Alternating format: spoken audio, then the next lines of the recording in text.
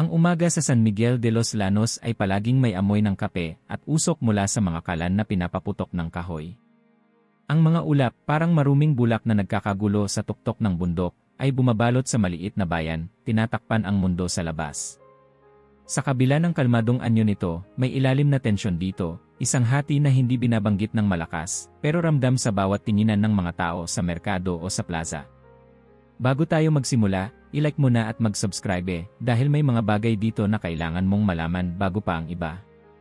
Ako si Roberto Mendoza, 51 taong gulang, at sa loob ng 15 taon ay naging pastor ako ng Holy Fire Evangelical Pentecostal Church. Isang simpleng gusali na may puting pader at bubong na lata na tumutunog na parang tambol tuwing umuulan. Doon, sa pulpito na yari sa kahoy na may gasgas ng panahon, itinaas ko ang aking Biblia tuwing linggo, pinapainit ang hangin sa galit laban sa mga imaheng Katoliko. Mga kapatid, boses ko'y dumadagundong sa maliit na santuwaryo, ang mga larawang ito ay walang buhay, walang kapangyarihan. Si Kristo lamang ang nagliligtas. Sa unang hanay, si Elena, ang aking asawa, ay nakaupo kasama ang aming 3 anak, si Samuel, 14, seryosong bata na may mga mata ng kanyang ina, si Rebecca, 12 anyos, na laging tahimik pero matalim tumingin, at si David, 8 taong gulang, na mahilig magtanong ng mga bagay na masyadong malalim para sa kanyang edad. Laging tumatango si Elena, pero may mga araw na nakikita ko sa gilid ng kanyang mga mata ang isang kakaibang pagod. Sa aming bayan, ilan lang kaming protestante. Ang simbahan ng San Miguel Arcangel, matayog, gawa sa bato, at may kampanang tor na parang daliring nakaturo sa langit, ay nangingibabaw sa gitna ng plaza. Tuwing umaga at dapit hapon, tumutunog ang kampana nito, malakas at malinaw. Sa akin, iyon ay parang tunog ng babala. Isang Sabado sa merkado, habang pumipili ako ng mga butil ng kape, nakasalubong ko si Don Aurelio Morales, ang matandang paring Katoliko ng bayan.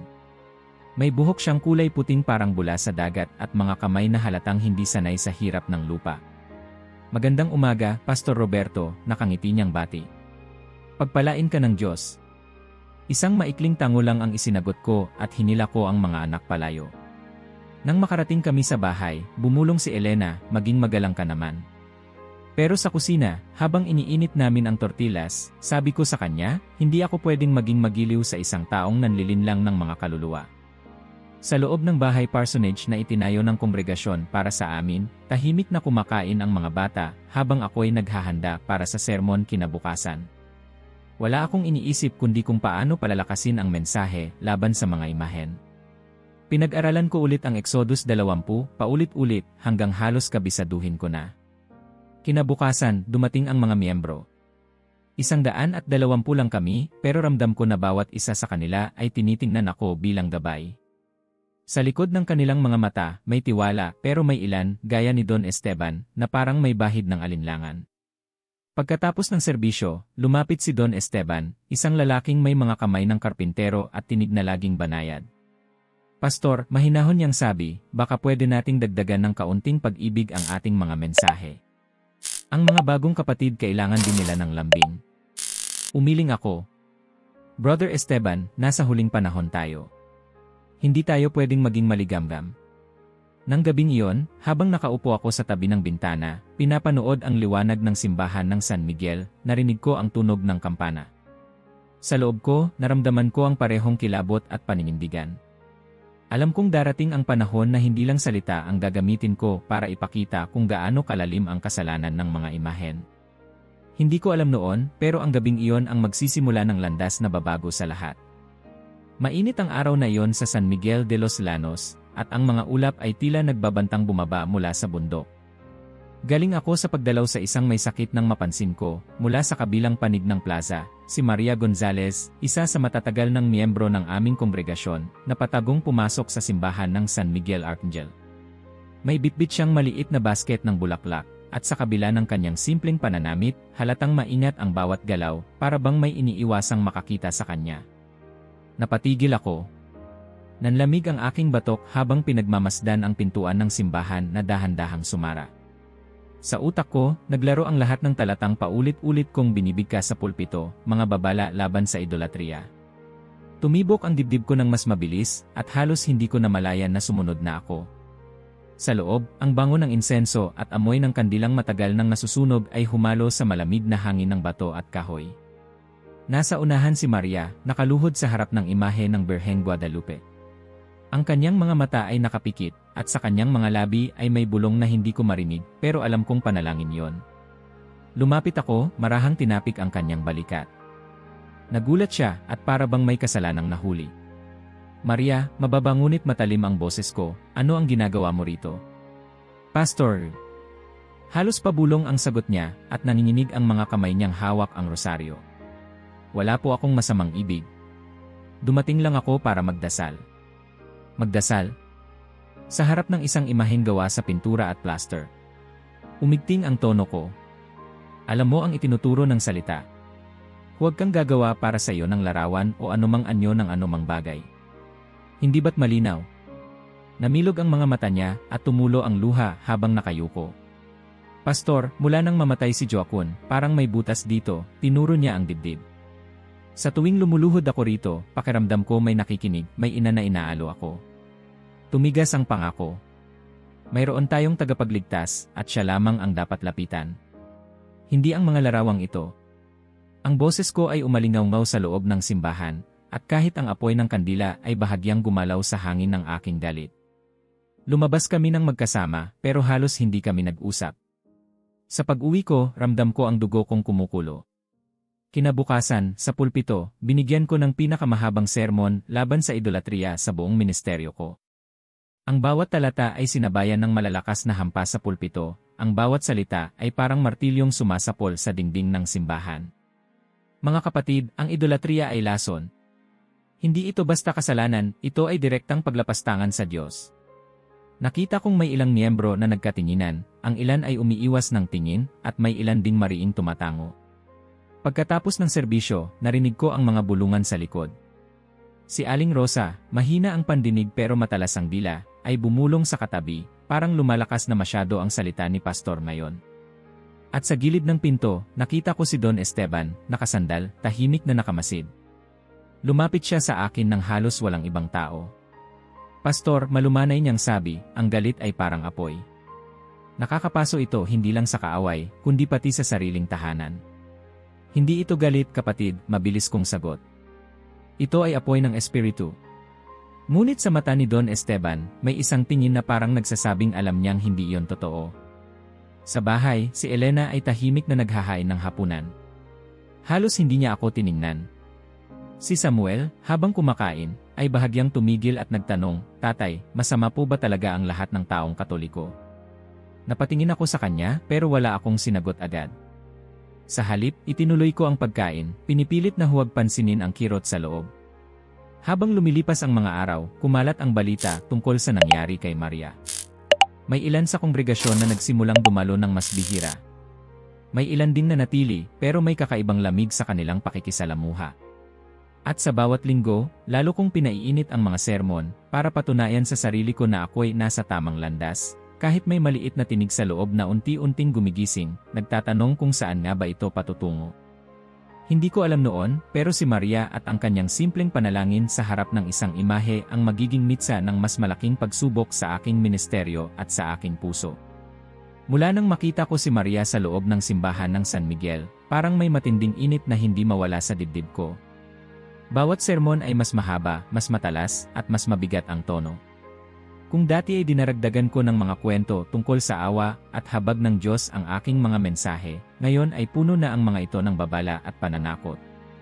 Tuwing haharap ako sa pulpito, ramdam ko ang dugo kong bumibilis, at bawat hampas ng kamay ko sa lumang kahoy ay parang may kasamang dagundong ng kulog.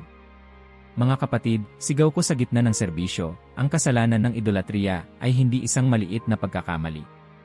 Ito ay paghihimagsik laban sa ating Diyos. At sino mang hindi tatalikod dito ay haharap sa kanyang hatol. Ang boses ko'y umalingaw-ngaw sa loob ng maliit na santuwaryo, at sa gilid ng aking paningin ay nakita ko ang ilang bata na napaigit, parang nais tumakbo palabas. Napansin ko ring hindi nakagaya ng dati ang reaksyon ng mga miyembro. May ilan na masigasig pa rin ang pagtango, gaya ni na Brother Manuel at Sister Teresa, pero may ilan ding tila lumalayo ang tingin, gaya ni na Aling Rosa at mismong si Don Esteban. Parang may lumalamig sa hangin sa pagitan namin, pero tinutulig sa ko iyon bilang epekto ng katotohanang hindi nila kayang tanggapin. Sa bahay, nagsimula na ring mag-iba ang tono ng gabi namin ni Elena.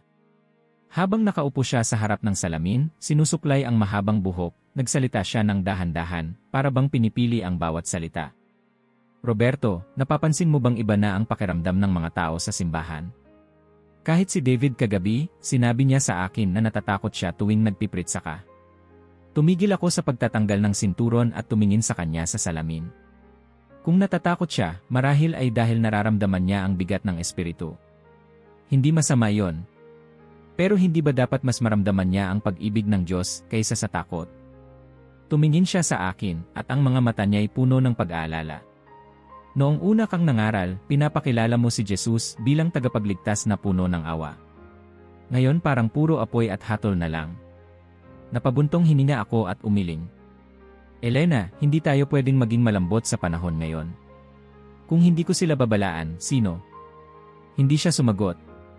Tumalikod lang siya at ipinagpatuloy ang pagsusuklay, pero ramdam ko ang bigat ng katahimikan sa pagitan namin.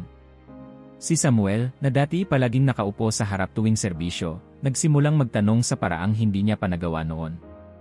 Isang hapon, habang inaayos ko ang mga libro sa opisina, kumatok siya at sumilip. Tay, pwede ba kitang tanungin? Ano yon, anak? Bakit po ba galit na galit ka sa mga Katoliko? Hindi ba't marami sa kanila mababait naman? Napakurap ako at bahagyang natawa, pilit. Anak, hindi sila ang kinagagalitan ko. Ang kinakalaban ko ay ang kasinungalingan na sinusunod nila. Pero kung sasaktan sila sa pamamagitan ng mga sinasabi mo, kahit hindi mo sila gustong saktan, hindi ba masama pa rin yon? May laman ang tanong niya na hindi ko agad nasagot. Samuel, sabi ko, nilapitan siya, minsan kailangan nating masaktan para magising sa katotohanan. Tumango siya ng mabagal, pero halata sa mukha niya na hindi siya kumbinsido. Ang tensyon ay umabot sa sukdulan 1 linggo ng umaga. Mainit ang araw at bukas ang mga bintana ng simbahan para pumasok ang hangin. Nasa kalagitnaan ako ng sermon, masigasig na binibigyang diin kung paano ang bawat imahe ay patibong ng kaaway, nang sa bukas na bintana ay nakita ko ang isang pangkat ng mga Katoliko na dumaraan papunta sa misa. Kilala ko ang ilan sa kanila, si Donna Carmen Ruiz na may suot na itim na mantila, si Don Miguel Vizquez na buhat ang kanyang apo, at ang pamilya Herrera na nakabihis ng maayos. Pero ang mas nakapagpasiklab ng dugo ko ay makita si George Mendoza, ang aking pinsan, na matagal ko nang sinusubukang hikayatin sa aming simbahan. Itong mga taong ito, itinuro ko sila mula sa pulpito, at halos lahat ng ulo sa kongregasyon ay lumingon sa bintana. Sila ay nalinlang para sumamba sa mga Diyos-Diyosan. Mga rebultong walang buhay, mga demonyong nagkukubli sa anyo ng mga santo. Natahimik ang loob ng simbahan, at sa labas, napahinto ang grupo. Nagkatinginan sila, at kahit hindi ko marinig, alam kong may masakit sa kanilang narinig. Ang ilan sa mga babae sa kongregasyon ay napayuko, si Elena ay nakatingin sa akin na may halong takot at hiya. Si Samuel, mula sa kanyang upuan, ay kumunot ang noo, at si Rebecca ay mahigpit na hinawakan ang laylayan ng kanyang damit. Pagkatapos ng serbisyo, may mga miyembrong hindi na bumati sa akin gaya ng dati. Ang ilan ay nagmamadaling umalis. Sa labas, sa lilim ng puno, nakita ko si Don Esteban, nakatayo, tila may hinihintay. Lumapit siya sa akin. Pastor, kailangan natin mag-usap. Hindi ngayon, kapatid, sagot ko, nilampasan siya, marami pa akong asikasuhin. Pero kahit nilampasan ko siya, ramdam ko ang bigat ng kanyang titig sa aking likuran. Habang pauwi kami, tahimik ang sasakyan. Tanging ingay ng makina at ng mga gulong sa graba ang maririnig. Sa bahay, pagpasok ko, iniwan ako ni Elena sa sala at diretsyo sa kwarto. Naiwan akong nakatingin sa labas ng bintana, patungo sa plaza kung saan kita ko pa rin mula rito ang matayog na kampanaryo ng simbahan ng San Miguel. Ang tunog ng kampana ay tila umuukit sa puso ko, parang hamon na hindi ko pwedeng talikuran. Sa sarili ko, pinangako ko na hindi ako hihinto. Hindi habang may natitirang isa mang tao sa bayan na naniniwala sa kapangyarihan ng isang rebulto. Matagal ko nang binabalikan ang kwento ni Elias sa Bundok Carmel, kung paano niya hinarap ang mga propeta ni Baal at pinatunayan sa harap ng buong Israel kung sino ang tunay na Diyos. Tuwing binabasa ko ang bahaging iyon, para bang naririnig ko ang sarili kong tinig sa boses ng propeta, matatag, walang takot, at handang gawin ang anumang kinakailangan para ipakita ang katotohanan. Isang gabi, habang mag-isa ako sa aking opisina, nakapatay ang ilaw maliban sa lampara sa mesa, binuksan ko muli ang Biblia sa pahinang iyon. Habang tumatakbo sa isip ko ang mga salita, may dumating na ideya na parang kidlat. Kung si Elias ay nakapagsunog ng altar ni Baal, bakit hindi ko rin masunog ang isa sa mga imaheng itinuturing kong huwad? Isang dramatikong pagpapakita sa harap ng buong bayan, isang patunay na walang kapangyarihan ang mga Diyos-Diyosan. Kinabukasan, sa gitna ng sermon, hindi ko na napigilan ang sarili. Mga kapatid, sigaw ko, halos nanginginig ang boses ko sa damdamin, sa susunod na Biyernes ng gabi, magtitipon tayo rito upang makita ang kapangyarihan ng Diyos na sumusunog sa mga bagay na hindi sa Kanya. Katulad ni Elias, wawasakin natin ang altar ng kasinungalingan. Dadalhin natin ang isa sa mga sinumpang larawan dito, at sa harap ng lahat, susunugin natin ito. At makikita ng buong San Miguel de los Llanos na si Kristo lamang ang nagliligtas. Tahimik ang simbahan. Walang pumalakpak, walang sumigaw ng ni amen. Tanging matinding tensyon ang bumalot sa hangin.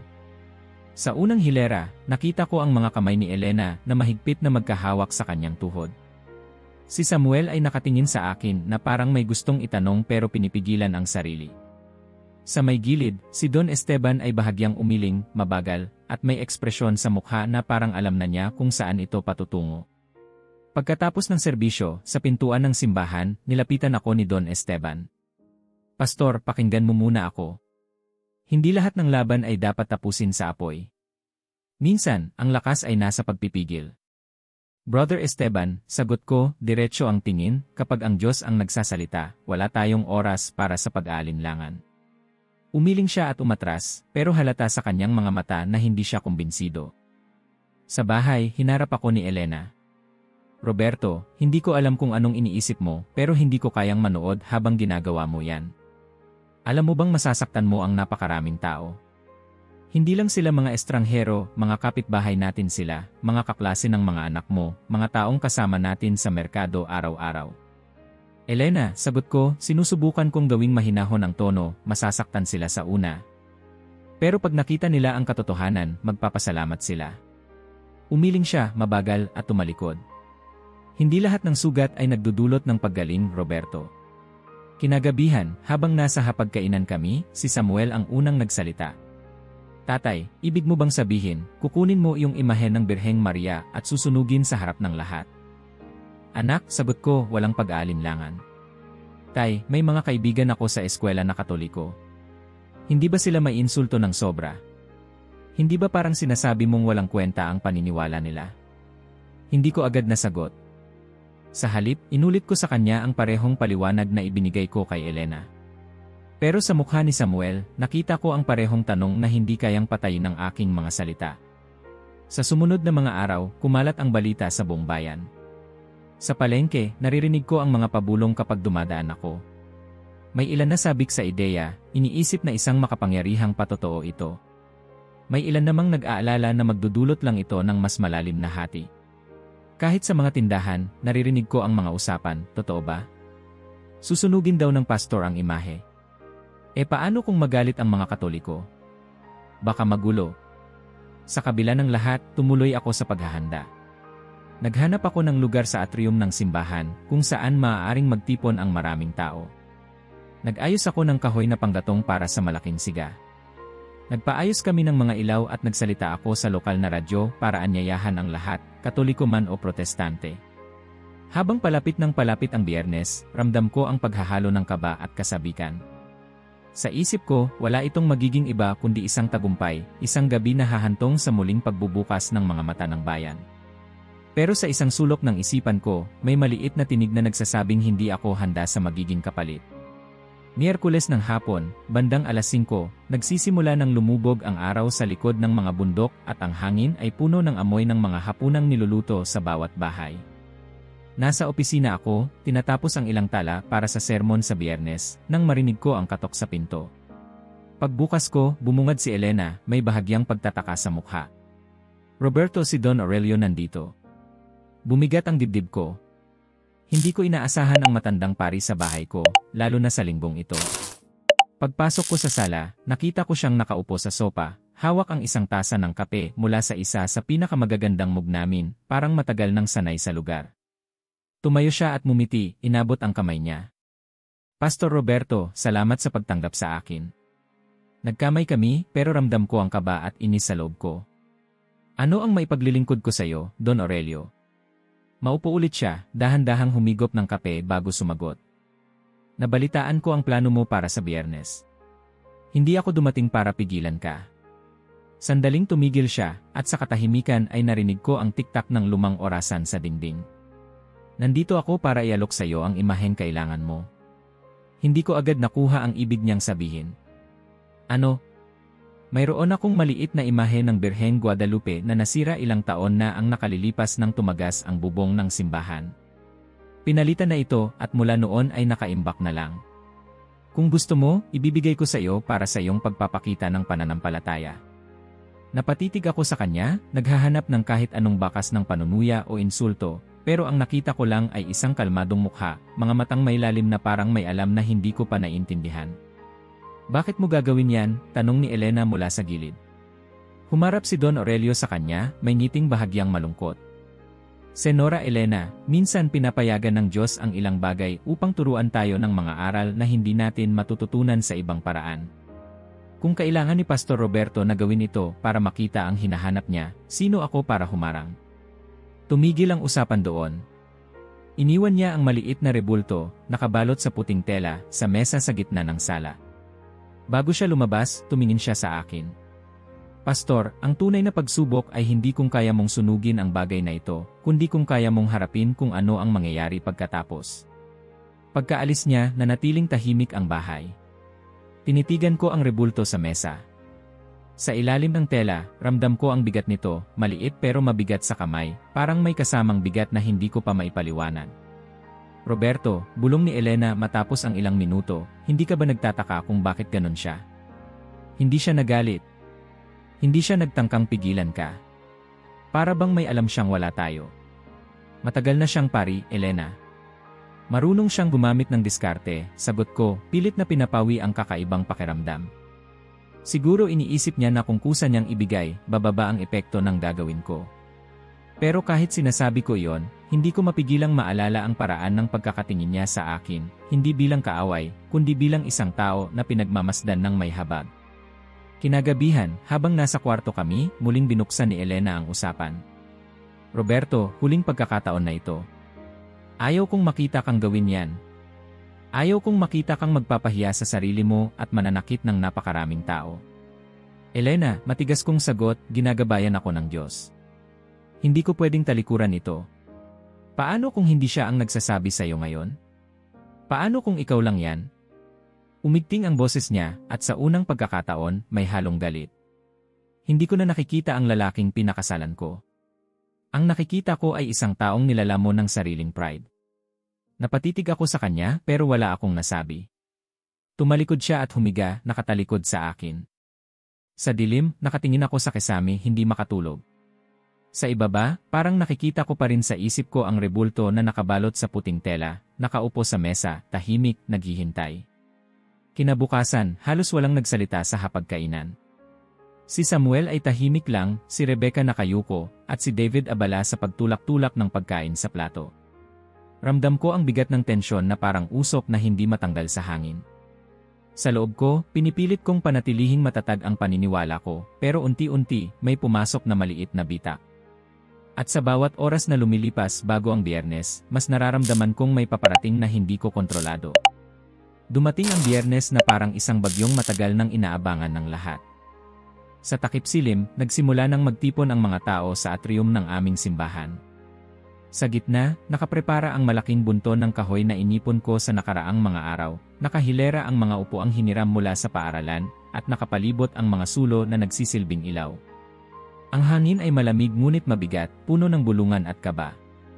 Nakita ko ang mga mukha ng aking kongregasyon, ilan ay may kasabikan, ang iba na may halatang may alinlangan. Sa kabilang panig, ang mga Katoliko ng bayan ay dumalo rin, nakatayo ng magkakalapit, tila handang saksihan ang isang bagay na hindi nila maiiwasan. Naroon si Doña Carmen Ruiz, may hawak na maliit na krusipiho sa kanyang dibdib, at ang ilang kababaihang kasama niya ay halatang nanginginig ang luha. Naroon din ang mga batang hindi lubos na nauunawaan ang bigat ng sandali, nakahawak sa kamay ng kanilang mga magulang. Sa unahan, nakaupo si Don Aurelio, tahimik, nakahalukip-kip, nakatingin sa akin na parang naghihintay. Hindi galit ang nakita ko sa kanyang mukha, kundi isang mapayapang tingin na lalo lang nagpalakas ng apoy ng pagtutol sa loob ko. Sa tabi niya, nakaupo si Maria Gonzalez, maputla, ngunit matatag ang ekspresyon, parang alam niyang siya man ay may bahagi sa gabing ito. Tumayo ako sa likod ng pansamantalang pulpito, hawak ang maliit na rebulto ng Birheng Guadalupe na iniwan sa akin ni Don Aurelio. Sa liwanag ng mga sulo, ang mukha ng imahen ay tila nagliliwanag, at sa unang pagkakataon, naramdaman ko ang bigat ng katahimikan ng karamihan, isang katahimikang mas nakabibingi kaysa sa ingay. Mga kapatid, panimula ko, ang boses ko'y pinalakas ng mikropono na ikinabit ng mga binata sa kongregasyon. Mayong gabi, makikita ninyo ang kapangyarihan ng Diyos laban sa mga Diyos-Diyosan. Ito, tinaas ko ang rebulto, ay walang buhay, walang tinig, walang kapangyarihan. Ngunit ilang libong tao ang nalinlang nito, ilang pamilya ang nadapa dahil dito. May sumigaw ng ti-amen mula sa likod, ngunit mas marami ang nanatiling tahimik. Nilingon ko ang aking mga anak, si Samuel ay nakatingin sa akin na may pagkalito, si Rebecca ay nakayuko, at si David ay nakadikit sa braso ng kanyang ina. Si Elena, mula sa unahan, nakatingin ng diretsyo, ang mga mata ay puno ng luha at pag-aalala. Nagpatuloy ako. Ngayong gabi, ipapakita natin na ang mga larawang ito ay walang kwenta, at sa pamamagitan ng apoy, ipapahayag natin na si Kristo lamang ang tunay na tagapagligtas. Itinaas ko ang rebulto, handa nang ilagay sa kahoy, ngunit bago ko pa magawa, may marahang tumayo mula sa gilid. Si Don Aurelio iyon. Ang kanyang kilos ay hindi mapanulsol, kundi mabagal at puno ng dignidad. Tumayo siya sa tabi ng kanyang upuan at nagsalita. Pastor Roberto, anya, ang tinig ay kalmado, ngunit malinaw na umalinggaw sa buong atrium, pwede ba akong magsalita bago ka magpatuloy? Napatingin sa kanya ang lahat, at ako man ay hindi makatanggi. Tumango ako, mahigpit ang hawak sa rebulto. Sinabi mo na ang imaheng iyan ay walang kapangyarihan, patuloy ni Don Aurelio. At tungkol dyan, sumasang-ayon ako sa iyo. Ang rebultong ito ay plaster at pintura lamang. Wala itong bibig para magsalita, wala itong kamay para gumalaw. Ngunit tanungin kita, Pastor, ano ba talaga ang sinusubukan mong sunugin ngayong gabi? Ang imaheng ito? O ang pananampalataya at pag-asa ng mga taong natutong humanap ng lakas dito? Umugong ang bulungan sa karamihan. Hindi ko agad nasagot. Kung ang layunin mo ay patunayan na ang larawang ito ay hindi Diyos, patuloy ng pari, hindi mo kailangang gawin ito. Alam naming lahat na ito ay gawa ng tao. Pero kung sisirain mo ito upang ipamukha sa kanila na wala silang karapatan sa pag-asa at kaginhawaan, hindi ba yon kalupitan? Namalas ko ang mga mukha sa harapan, si Doña Carmen na mahigpit ang hawak sa kanyang krusipiho, ang ilang matatandang lalaki na nakayuko, ang mga batang nakatingin na parang hindi maintindihan kung bakit may galit sa gabing iyon. Bago ako makasagot, may isa pang tumayo, si Maria Gonzalez. Nanginginig ang kanyang mga kamay, pero matatag ang kanyang tinig.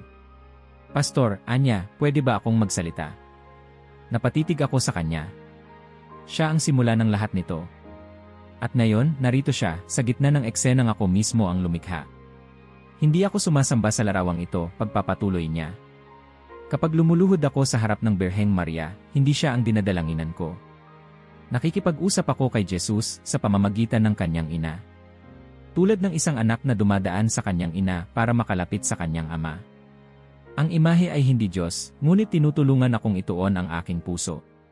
Maraming mata ang lumingon sa kanya, at kahit ang mga miyembro ng aking kongregasyon ay nakikinig ng hindi humihinga. Pastor, dagdag niya, kapag nakikinig ako sa mga sermon mo nitong mga buwan, puro galit at parusa ang naririnig ko. Pero kapag lumuluhod ako sa harap ng Birhen, nararamdaman ko ang kapayapaan. Hindi ba maaaring ang Diyos ay nagsasalita rin sa katahimikan? Parang binuhusan ng malamig na tubig ang apoy sa dibdib ko. Ang rebulto sa aking kamay, na kanina'y parang isang sandata, ngayon ay tila bigat na hindi ko kayang buhatin.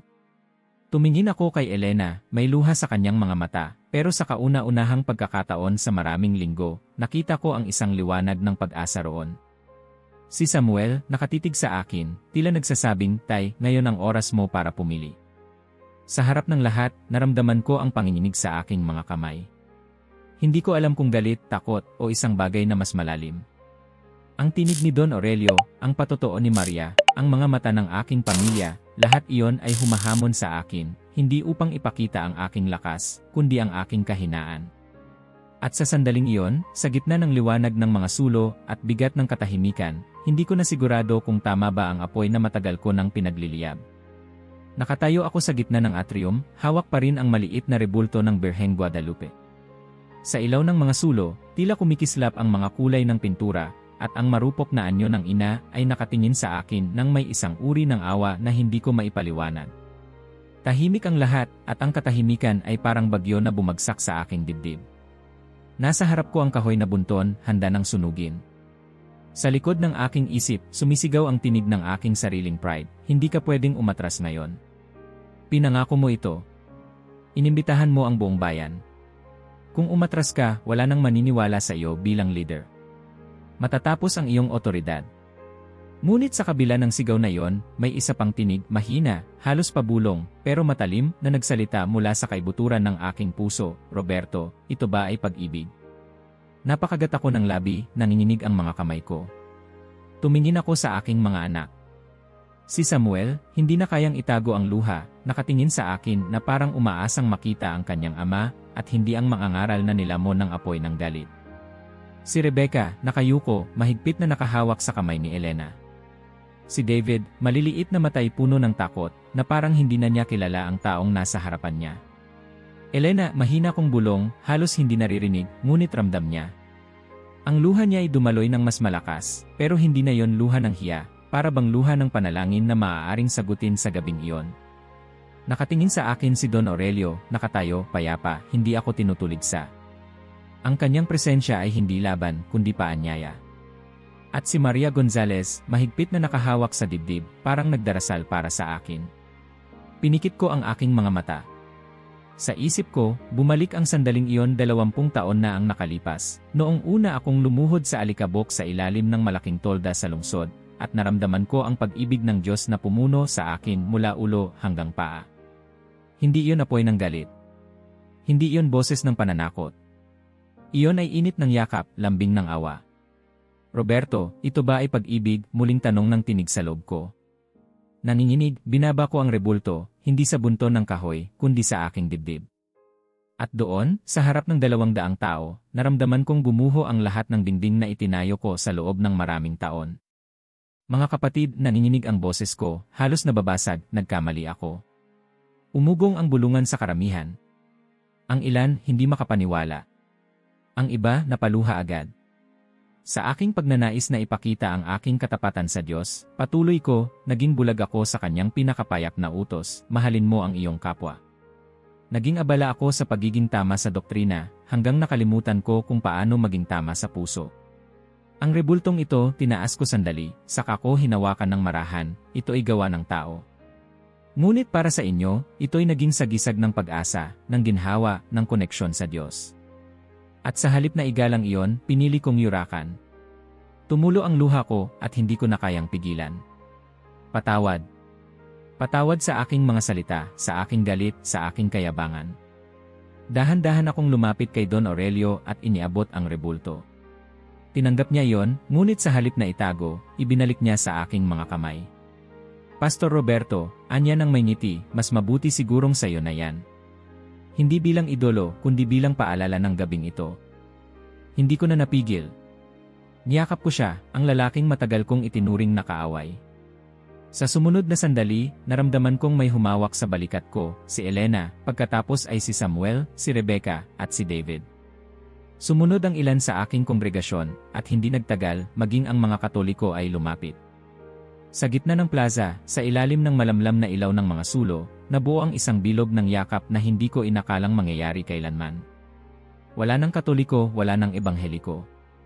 Ang tanging natira ay mga taong nagtipon, hindi para sa apoy ng pagkawasak, kundi para sa apoy ng pag-ibig na mas malakas kaysa sa lahat ng hati.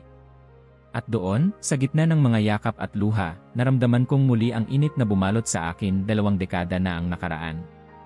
Ang parehong init na nagtulak sa akin sa ministeryo. Ang parehong init na ngayon ay bumabasag sa aking pride at bumabalik sa akin ang tunay na dahilan kung bakit ako tinawag ng Diyos. Kinabukasan, nagising ako ng mas maaga kaysa karaniwan. Ang sikat ng araw ay pumasok sa aming silid, at sa unang pagkakataon matapos ang maraming buwan, hindi ito nagdala ng bigat kundi isang kakaibang kapayapaan. Sa mesa ng aming sala, naroon pa rin ang rebulto ng Birheng Guadalupe, nakabalot sa puting tela na iniwan ni Don Aurelio. Hindi ko ito itinago. Sa halip, dahan-dahan ko itong inilagay sa ibabaw ng aking mesa sa opisina, hindi bilang isang bagay na dapat sambahin, kundi bilang paalala ng gabi kung kailan bumagsak ang aking pride. Kinabukasan ng umaga, bago pa ako nakapagsimula ng aking gawain, kumatok si Elena sa pintuan ng aking opisina. Nakatingin siya sa rebulto, tapos ay sa akin. Roberto, mahina niyang sabi, akala ko kagabi pa naginip lang. Umiling ako. Hindi pa naginip, Elena. Nagising ako. Sa mga sumunod na araw, ginawa ko ang bagay na matagal kong pinigilan sa sarili kong isipan, bumisita ako sa mga pamilyang Katoliko ng bayan. Una kong pinuntahan si Doña Carmen Ruiz. Pagdating ko sa kanyang bahay, may kaba sa aking dibdib. Nagdala ako ng maliit na supot ng kape, simpleng regalo bilang tanda ng kapayapaan. Pastor, bati niya, halatang nagulat nang makita ako. Ano po ang sadya ninyo?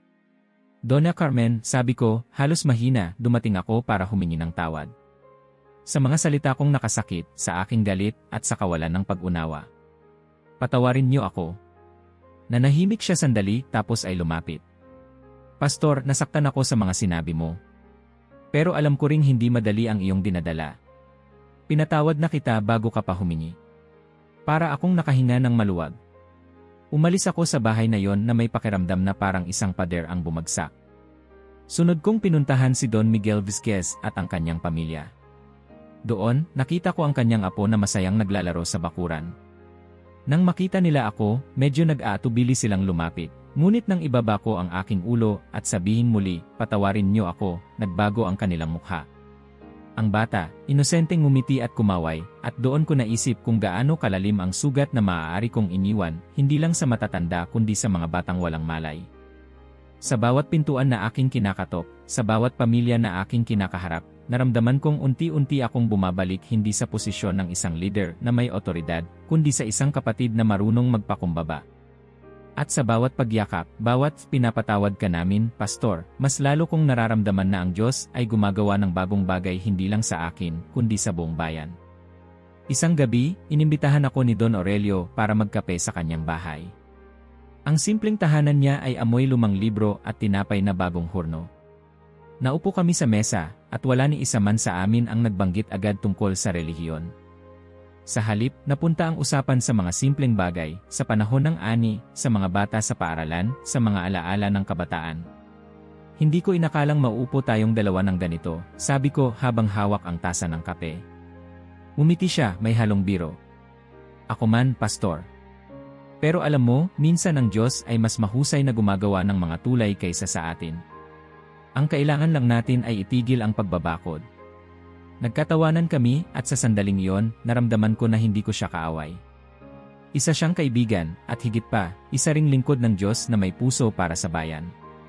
Samantala, sa bahay, dahan-dahan ding naghilom ang sugat na naiwan. Si Elena, na matagal ng tahimik at malamig, ay muling nagsimulang ngumiti sa akin. Isang gabi, habang nakaupo kami sa balkonahe at pinagmamasdan ang mga bituin, hinawakan niya ang kamay ko. Roberto, narinig kita kagabi sa iyong panalangin. Hindi ka na humihingi ng tagumpay laban sa Katoliko.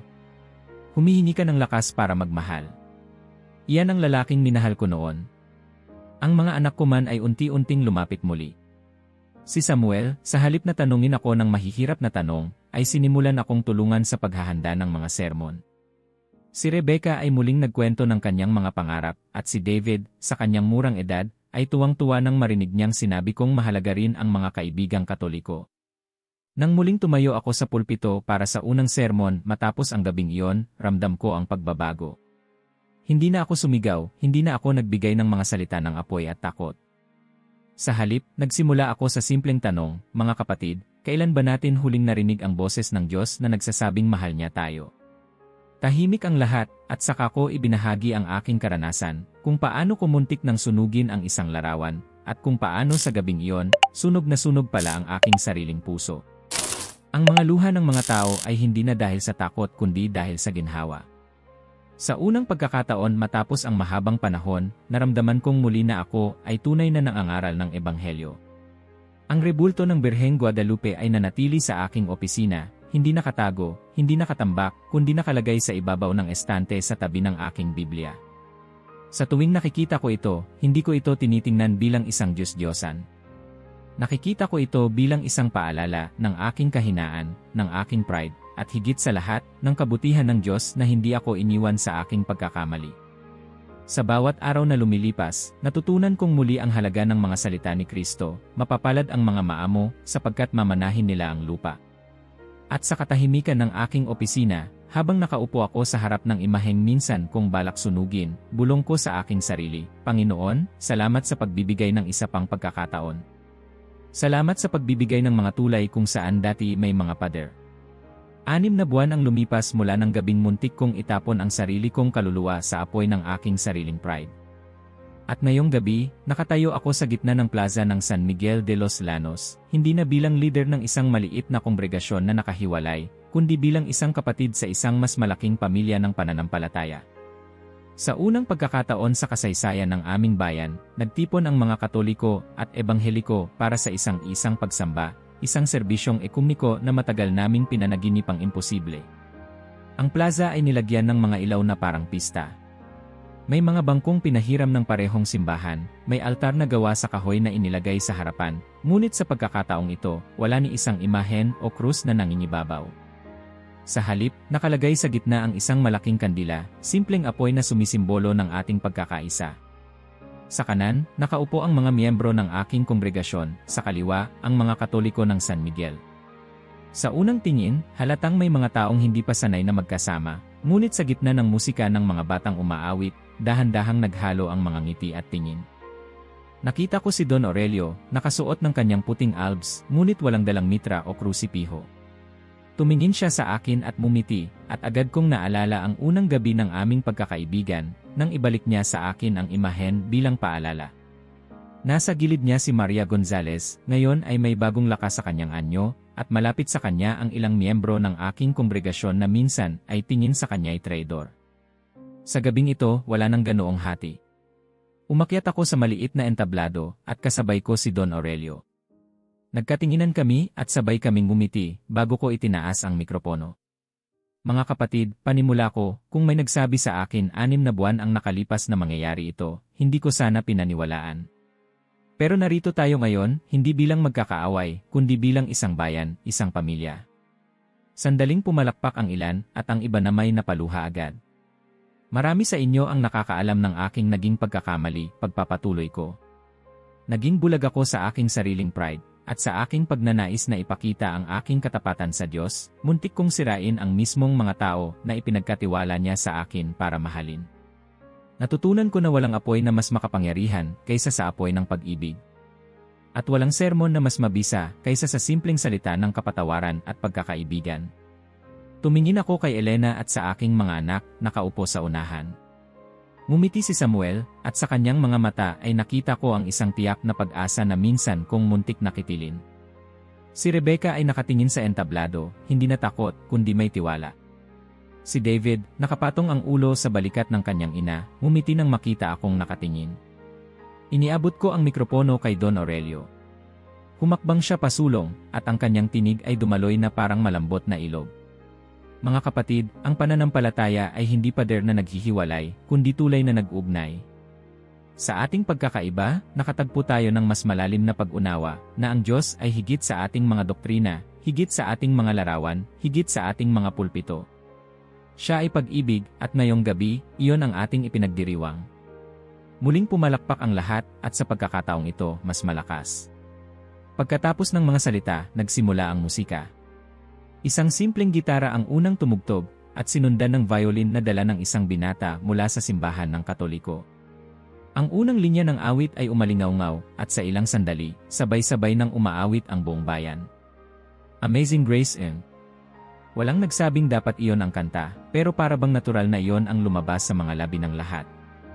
Ang ilan ay kumakanta sa Ingles, ang iba'y sa kanilang sariling wika, ngunit hindi iyon naging hadlang. Ang himig ay isa at ang damdamin ay isa rin.